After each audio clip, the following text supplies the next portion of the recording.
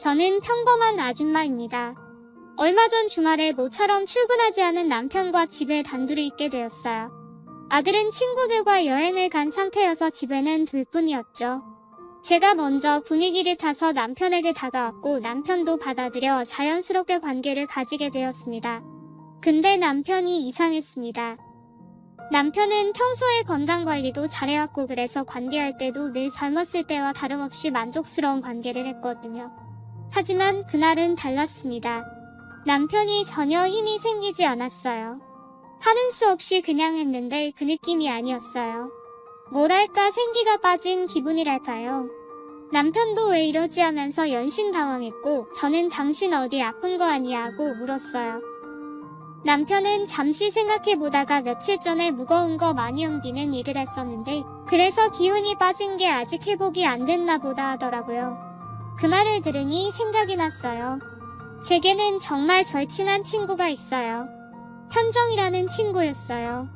현정이는 어렸을 때부터 정말 예뻤고 아역배우 같은 얼굴을 가진 친구예요. 어릴 때부터 한 동네에서 자랐고 정말 소위 말해 간이고 세게 보고 다 빼줄 수 있는 절친이에요. 현정이도 그렇고요. 결혼식 때는 부케도 받아줬지요.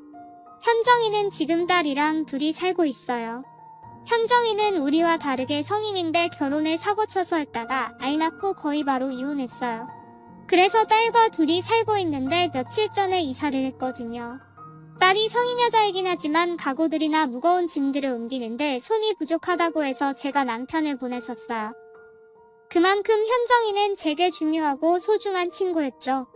도움이 필요하면 크든 작든 무조건 도움을 줄 그런 친구예요. 남편은 그날 짐을 정말 많이 옮기고 피곤해서 바로 집에 와서 잤었는데 그것 때문일 거니까 걱정하지 마라고 하며 저를 안심시켰고 저도 그런가 보다 하고 말았어요. 남자 몸 상태는 제가 자세히 알 수 없으니까 남편이 그러면 그런가 보다 싶었죠. 그리고 나서 며칠 뒤였어요. 저는 집에서 재택근무를 하는 일을 하고 있어요.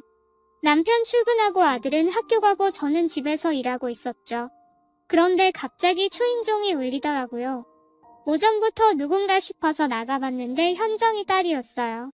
평소에도 저를 이모라고 부르며 따랐고 저도 현정이가 임신했을 때부터 출산하고 키우고 자라는 모든 순간들을 함께해서 정말 제 딸같이 생각했었죠. 대학생인데 오늘은 강의가 없나 싶어서 무슨 일로 왔나 했어요. 들어오라고 하고 무슨 일이냐고 물었어요. 현정이 딸은 오늘 아침도 못 먹었다고 하면서 밥을 달라고 하더군요. 아이가 대학생이 되고 현정이가 일하러 나가면 제가 밥 먹으러 오라고 자주 불렀었기 때문에 저는 앉아서 기다리라고 하고 상을 차리기 시작했어요. 현정이 바쁜가 보다 요즘 일이 많은가 보다 하고 얘기하고 있었는데 아이가 뜻밖의 말을 꺼내더라고요. 오늘 갑자기 엄마가 아침부터 급한 일이 있다고 해서 나갔고 자기도 오늘 수업이 없어서 집에서 좀 쉬고 싶었는데 아저씨가 용돈 주시고 나가서 뭐 사먹고 놀라고 해서 그냥 나왔다고 했어요. 사먹기는 싫고 이모밥이 먹고 싶어서라고 하더군요. 저는 갑자기 이상해서 더 물었습니다. 엄마 남자친구 생겼냐고 말이죠. 그러자 아이가 한 말은 충격이었습니다. 제 남편이 오전에 왔다고 했습니다. 저는 놀란 마음을 가라앉혔어요. 분명히 회사 간다고 나간 사람이 왜 현정이 집에 가나요?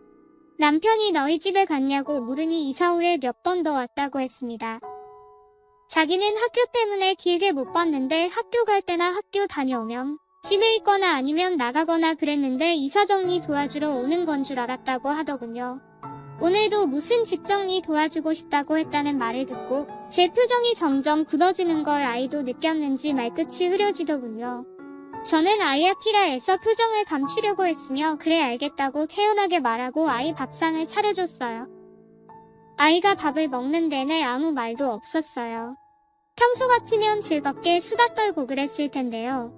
아이는 밥을 먹고 나서 눈치가 보였는지 가볼게요라고 하고 나왔어요. 한 1시간 정도 후에 저는 도저히 이대로는 안 되겠다 싶어 옷을 입고 일어났어요. 의심은 이미 생겨버렸고 이 의심을 제대로 풀지 못하면 내 마음이 많이 괴로울 걸 알았거든요. 저는 차를 몰고 현정이 집에 갔어요. 낮이라 그런지 불을 안 킨 것 같았어요. 창문에서 빛이 안 보였거든요.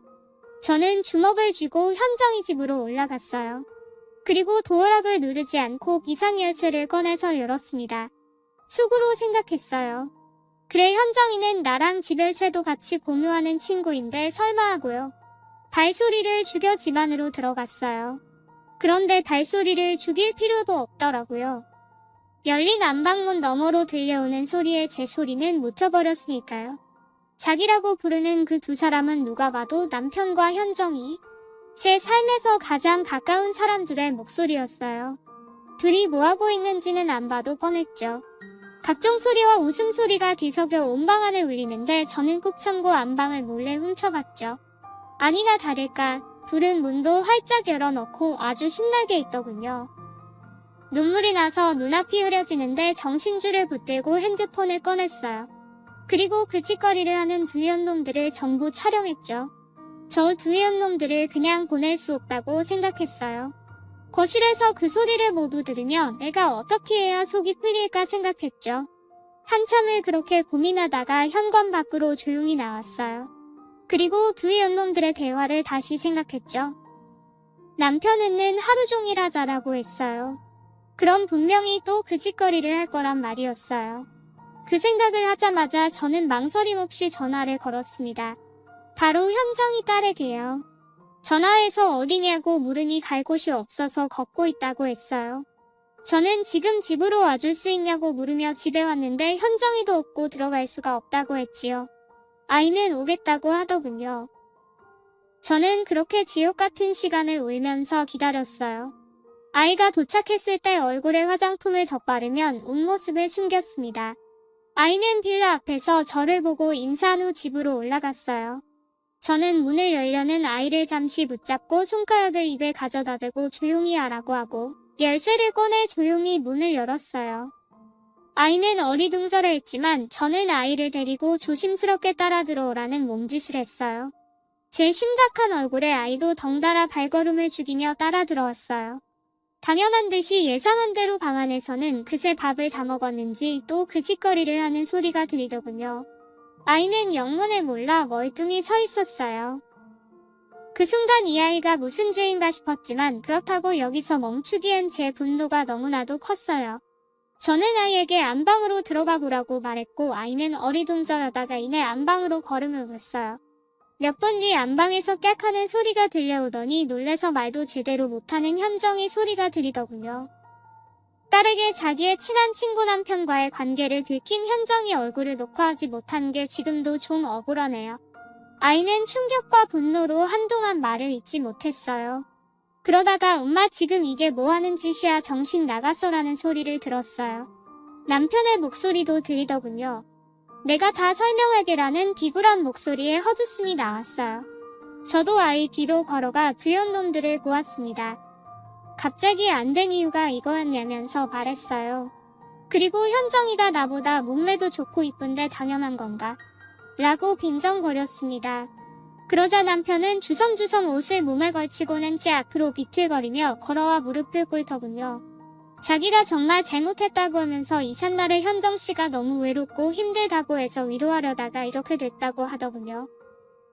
저는 그 말들을 전부 흘려보내고 두 연놈들 앞에 아까 녹화한 영상을 틀어주었어요.